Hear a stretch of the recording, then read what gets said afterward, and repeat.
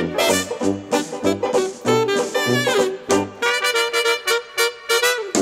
there everybody, it's Mike Delisio with another Dice Tower Daily Unboxing. Today we're going to be taking a look at Almadi, coming to us from Funny Fox Games, 2 to 5 players in about 45 minutes. Aha, Scheherazad's Realm, so 1001 Nights themed. Strategically choose and place the landscapes in your realm.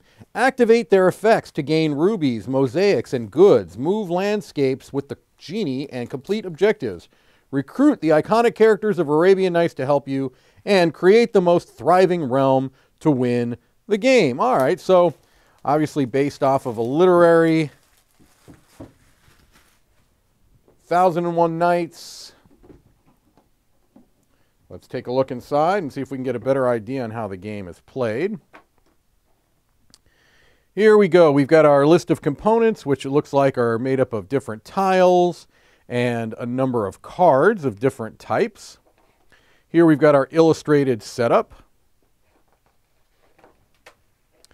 A game turn. During your turn as the active player, perform the following actions. Choose a landscape on the central board and place it in your realm. That is mandatory. Perform all or some of the effects that the landscape's placement activated. That is optional. Refill the central board with another landscape from the supply. That is mandatory. And then it's the next person's turn. So you're going to choose a landscape, put it in your realm, maybe perform activation actions, and then refill. Okay, so 2 of the things are mandatory. One, kind of how you activate those tiles is not mandatory. All right. We've got all the different objectives, and then the end of the game. The game ends immediately once the last landscape tile from the general supply has been placed on the central board. At that point, everyone will have placed 16 landscapes into their realms, and then you proceed on to scoring. And it looks like there's going to be a fair amount with scoring, as these types of games often are. They're usually pretty simple as far as like their actions, but the scoring can be where some of the complexity comes in. All right, so it looks like you've got some scoring for adjacencies, perhaps, activated jars, mosaics, different objectives, the rubies, okay? All right. They've got a scoring example. Then it looks like you can play with characters as well to kind of spice things up, make things a little bit more challenging once you feel comfortable with the game. And they've got a detailed description of the different characters with their powers as well. All right, well, let's take a look. Here we've got one of the boards, cardboard. We've got some look to be maybe player boards, perhaps. Okay, I'm assuming these are player boards. I'm not positive, but obviously I didn't take a long look at the rule book. You saw what I saw. Here are the rubies. Let's take a look at these. Ah, those are very, very nice. I would be going for a ruby strategy, I believe, just because I like them. Here we've got our score sheets to help with that.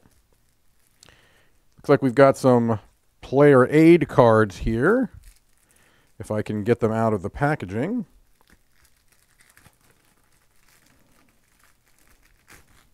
All right, so you can see these player aid cards, double-sided player aid cards. Those are nice.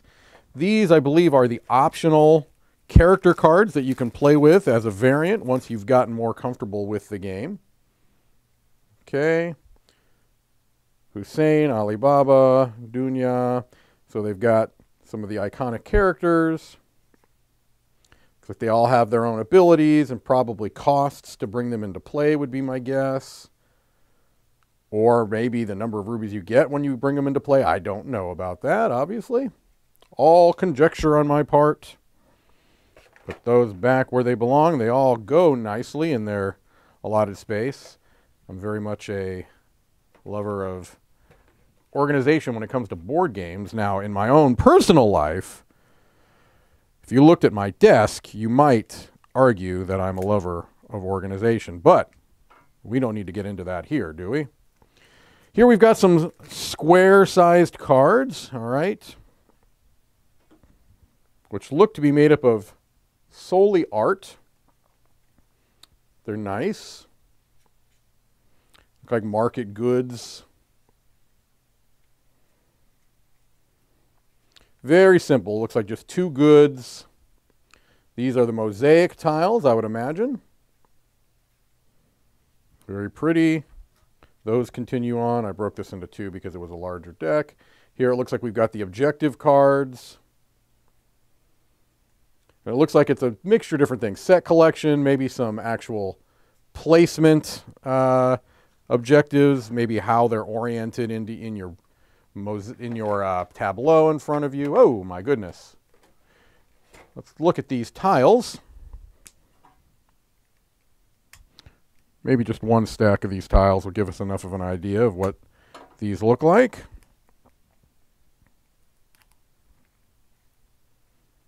Especially since it's taken me a little while to get these out. All right, so backside of the tiles.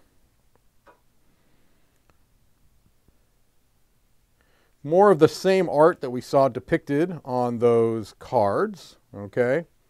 So these are all things that looks like you can activate depending on how and where you place them. There you go, get that a little more in focus for you. Okay. A few more here I can show you out of this stack. But you get the general idea. All right, well, this is an intriguing looking little game to me. It looks like it could be pretty simple to set up and play with some variable scoring that are going to keep the replayability, I would imagine, up and change up how the game might feel for you. That is Almadi. Thank you for watching another Dice Tower Daily Unboxing.